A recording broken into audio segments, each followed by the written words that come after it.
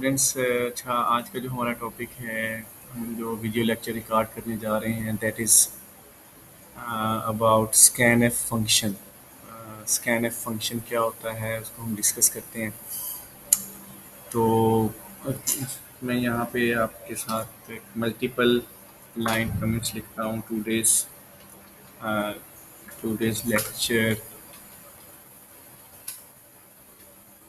lecture is about different input functions हैं जिनको हम डिस्कस करेंगे।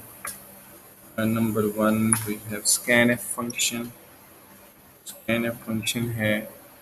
Number 2 we have get character, get का फंक्शन है। थर्ड में हमारे पास गेट करेक्टर ई है। Then we have get S functions. So ये हमारे पास फंक्शंस हैं, ये एक इनपुट फंक्शंस हैं जिनके थ्रू हम कंप्यूटर्स को इनपुट प्रोवाइड करते हैं। तो इसमें हम स्कैनएफ का फंक्शन देखते हैं कि ये कैसे हम इसको इनपुट करते हैं। अब इसमें ये जो स्कैनएफ का फंक्शन है, अभी तक हमने जितने भी प्रोग्राम्स बनाए हैं उसमें हम वैल्यूज़ जो है ना खुद से जो है ना सोर्स कोड के अंदर लिखते आए हैं। फॉर एग्जांपल मैं यहाँ पे एक प्रोग्राम है hash include install input output dot H. अब ये हमारे पास प्रोग्राम है, मैं बना रहा हूँ। मैं कहता हूँ कि आप एरिया ऑफ रेक्टेंगल फाइंड करें। मैं इंट ले लेता हूँ एक लेंथ, और उसके बाद मैं यहाँ पे ले लेता हूँ विड्थ, और हमारे पास ये विड्थ है और वी हैव इन एरिया। सो अब हमें पता है कि लेंथ, अभी तक हम जितने प्रोग्राम आए हैं वो ऐसे करते आए हैं। लेंथ है जी इक्वल 10 है, और विड्थ हमारे पास इक्वल है 20।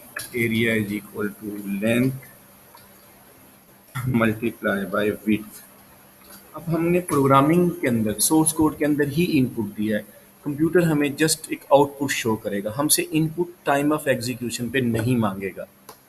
तो ये तो हम टाइम ऑफ, अब मैं इसको प्रिंट एफ करता हूँ। जैसे प्रिंट एफ मैं यहाँ पे कहता हूँ जी area of rectangle equal dot कर देता हूँ परसेंटेज बी है, और मैं यहाँ पे एरिया को प्रिंट करा देता हूँ। अच्छा, इस फंक्शन को इस प्रोग्राम को अगर हम ये गेट सी एस का फंक्शन है, आखिर में स्क्रीन को स्टे करवाने के लिए होता है, और यहाँ पे मैं क्लियर स्क्रीन का फंक्शन यूज़ करता हूँ। स्टूडेंट्स अगर क्लियर स्क्रीन का फंक्शन नहीं यूज़ करेंगे, जितनी बार भी आप कंट्रोल प्लस F9 करेंगे प्रीवियस आउटपुट शो होता रहेगा प्रीवियस प्रोग्राम्स का। मैं F2 करके सेव करता हूँ इसको। मैं यहाँ लिखता हूँ जी स्कैन F2.c के नाम से सेव कर रहा हूँ। Alt प्लस F9 करता हूँ। अब जरा देखिएगा, कंट्रोल प्लस जैसे ही F9 करता हूँ हमारे पास एरिया कैलकुलेट होके आ गया, लेकिन वो अब हमसे इनपुट नहीं मांग रहा। हमें कुछ ऐसे प्रोग्राम चाहिए जो इंटरेक्टिव हों, जो डायनेमिक हों, जो यूज़र से इनपुट लें जब हमारा प्रोग्राम चले। जैसे ही हम कंट्रोल प्लस F9 करते हैं ना, यहाँ पे देखें, हमें यहाँ पे पूछे आउटपुट स्क्रीन के ऊपर पूछे enter the length of rectangle, enter the width of rectangle, फिर उसके बाद हमें ये शो करे एंटर योर मार्क्स एक्सेट्रा। तो उसके लिए हम क्या करते हैं, मैं इस लाइन को ना कमेंट्स कर देता हूँ, सिंगल लाइन कमेंट्स। अब कंपाइलर इसको इग्नोर कर रहा है। अब हमने करना है, ये है इनकी जगह, इस लाइन की जगह। अब डायरेक्ट इनपुट हम सोर्स कोड में नहीं कर रहे, हम टाइम ऑफ एग्जीक्यूशन पे कर रहे हैं। हम प्रिंट एफ का फंक्शन यूज़ करेंगे। यहाँ पे स्टार्ट में मैं यहाँ लिखूंगा जी enter the length of rectangle, और मैं यहाँ पे \n लगाता हूँ न्यू लाइन के लिए। ये मैं आपको बाद में समझाऊंगा क्यों लगाते हैं हम ये। और मैं यहाँ करता हूँ स्कैन एफ लिखेंगे आप। उसके बाद आप फॉर्मेट स्पेसिफायर लेंथ के वेरिएबल, क्योंकि ऊपर लेंथ देखें हम लेंथ ले रहे हैं तो वो इंटीजर है, मैं यहाँ पे %d लिखता हूँ। बस कॉमा लिखूंगा मैं। एड्रेस ऑपरेटर, एम्परसैंड साइन बोलते हैं इसको, एड्रेस ऑपरेटर बोलते हैं। ये एड्रेस ऑपरेटर लगाऊंगा, और मैं यहाँ लिख दूंगा जी लेंथ। मैंने लेंथ लिखा यहाँ पे, और और लेंथ मैंने यहाँ लिख दिया, हमारे पास ये लेंथ है। अच्छा, अब हमारे पास जो है अ, दूसरे नंबर पे दूसरे नंबर पे मैं यहाँ पे अब लिखता हूँ प्रिंट एफ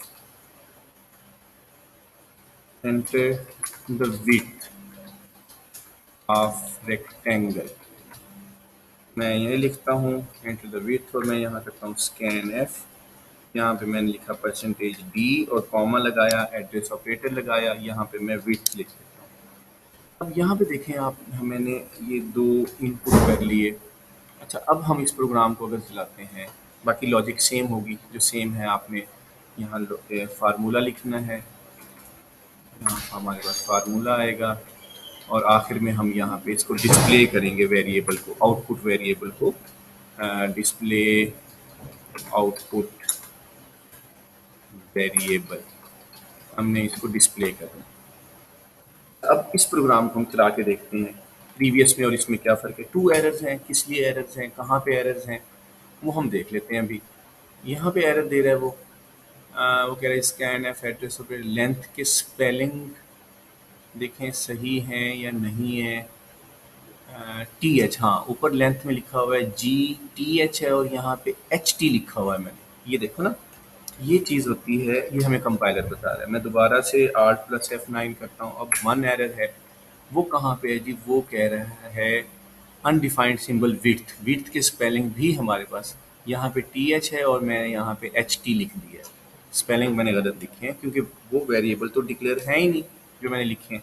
अब मैं दोबारा से इसको F2 करता हूँ, आर्ट प्लस F9 करता हूँ, आर प्लस F9। अब हमारे पास कोई एरर नहीं। अब हम जैसे ही प्रोग्राम को चलाते हैं, वो पूछेगा enter the length of rectangle. अब यहाँ पे मैं लिख सकता हूँ 10। ये देखो ना, अब ये रेक्टेंगल के साथ लिखा हुआ आ रहा है 10। मैं कहता हूँ कि ये न्यू लाइन पे आए, यानी enter the length of rectangle ये एक लाइन हो, और जो वैल्यू मैं लिख रहा हूँ वो न्यू लाइन पे हो। अब स्कैन एफ का फंक्शन क्या करेगा? इस 10 की वैल्यू को कैप्चर करेगा, उसका फॉर्मेट स्पेसिफायर देखेगा, और एड्रेस ऑपरेटर लेंथ के वेरिएबल में इसको स्टोर कर देगा। अब यहाँ पे देखें आप, मैंने 20 लिखा। अब 20 जो है वैल्यू स्कैन एफ फंक्शन के थ्रू ये विड्थ के वेरिएबल में स्टोर हो जाएगी through address operator. Address operator के पास एड्रेस होता है इन वेरिएबल्स का कि रैम के अंदर इनकी लोकेशन क्या है, और वो उसको स्टोर करवाता है। जैसे ही मैं एंटर करता हूँ area of rectangle is equal to 200। अब इस तरह हम स्कैन एफ का फंक्शन यूज़ करते हैं।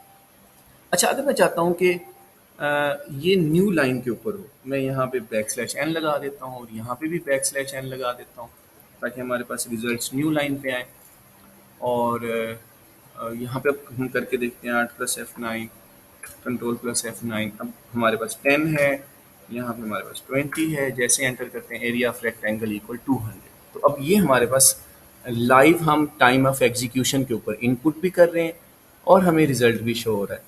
यहाँ पे हम स्कैन एफ का फंक्शन यूज़ करते हैं। स्कैन एफ का फंक्शन हम मैसेज करैक्टर इनपुट के लिए भी कर सकते हैं, कहीं हम एक स्ट्रिंग इनपुट के लिए भी कर सकते हैं, अगर तो बीच में कोई स्पेसेस वगैरह नहीं है। तो ये स्टूडेंट स्कैन एफ का फंक्शन है, कैसे काम करता है। स्कैन एफ लिखेंगे, फॉर्मेट स्पेसिफायर लगाएंगे, जो इनपुट वेरिएबल्स हैं जैसे लेंथ है, उसमें आपने एड्रेस ऑपरेटर, ये टाइम ऑफ एग्जीक्यूशन के ऊपर होगा। जैसे ही कंट्रोल प्लस F9 करेंगे, एंटर द लेंथ, आप लेंथ लिखेंगे। स्कैन एफ का फंक्शन उस लेंथ को, जैसे आपने 10 लिखा, कैप्चर करेगा, और एड्रेस ऑपरेटर लेंथ के वेरिएबल में जाके उसको स्टोर करवा देगा। दूसरी स्टेटमेंट आपके पास आएगी enter the width of the rectangle. आपने 20 लिखा फॉर एग्जांपल, 20 उस वैल्यू को कैप्चर करेगा, उसका फॉर्मेट देखेगा, इंटीजर है क्योंकि ऊपर हमने इंटीजर डिक्लेयर किया हुआ है। एड्रेस ऑपरेटर उसको उसकी लोकेशन, जो विड्थ की लोकेशन है वेरिएबल की, उसमें जाके 20 स्टोर करवा देगा। अब इसमें 10 स्टोर है, इसमें 20 है। 10 मल्टीप्लाई बाय 20 हमारे पास क्या है? 200। अब 200 असाइनमेंट ऑपरेटर के इसमें स्टोर हो जाएगा, और उसी को हम यहाँ पे इसी वेरिएबल को, जो ये एरिया का वेरिएबल है, उसको हम यहाँ पे डिस्प्ले करवा देंगे। अच्छा स्टूडेंट्स, याद रखिएगा ये केस सेंसिटिविटी यहाँ पे है। आपने जो लेंथ यहाँ पे लिखी, सेम आपने इसी तरह लिखनी है यहाँ पे, और सेम आपने यहाँ पे लिखनी है। जो विड्थ यहाँ पे है, जो स्पेलिंग जो आपने लिखे हैं, सेम आपने यहाँ लिखने हैं और सेम यहाँ पे लिखने हैं। एरिया का भी सेम यही है, आपने यहाँ सेम लिखना है, और यहाँ पे भी इस जगह पे इसमें सेम लिखना है, और यहाँ पे भी सेम लिखना है। बाकी जो ये प्रिंट एफ है इसके अंदर हम जो चाहें लिख सकते हैं, अपर केस लोअर केस कोई नहीं। और ये जो बैक स्लैश एन है इसको स्केप सीक्वेंस बोलते हैं, हम चैप्टर नंबर 10 में आगे डिस्कस करेंगे। और ये न्यू लाइन पे, यानी इसका मतलब ये होता है कि यहाँ तक एक लाइन है, इसके बाद जो आपसे वैल्यू लेगा वो लेंथ की वो न्यू लाइन पे होगी, उसके बाद ये एक दूसरी लाइन है यहाँ तक, उसके बाद ये ब्रेक हो जाएगी, उसके बाद ये न्यू लाइन है। तो ये हमारे पास स्कैन एफ का फंक्शन है। हम डिफरेंट प्रोग्राम्स को हम इसके थ्रू कर सकते हैं। डिफरेंट जो प्रोग्राम्स हैं आप इसके थ्रू बना सकते हो। आप एक पर्सन की सैलरी है, आप उस सैलरी में से एक्सपेंस को माइनस कर सकते हो। आप यूज़र से ले लो उसकी salary, enter the salary, enter the expense, और रिमेनिंग सैलरी में आप सैलरी माइनस एक्सपेंस कर दो। स्कैन एफ के थ्रू कर सकते हो। आप किलोमीटर को मीटर में कन्वर्ट कर सकते हो, आप मिनट्स को सेकंड्स में कन्वर्ट कर सकते हो, आप मीटर्स को सेंटीमीटर्स में कन्वर्ट कर सकते हो, आप इसी तरह फीट को इंचज़ में कन्वर्ट कर सकते हो, आप सब्जेक्ट्स के मार्क्स कैलकुलेट कर सकते हैं, आप बहुत कुछ कर सकते हैं स्कैन एफ के थ्रू। अब आपने इस चीज़ को देखना है। Thank you very much. अस्सलाम वालेकुम।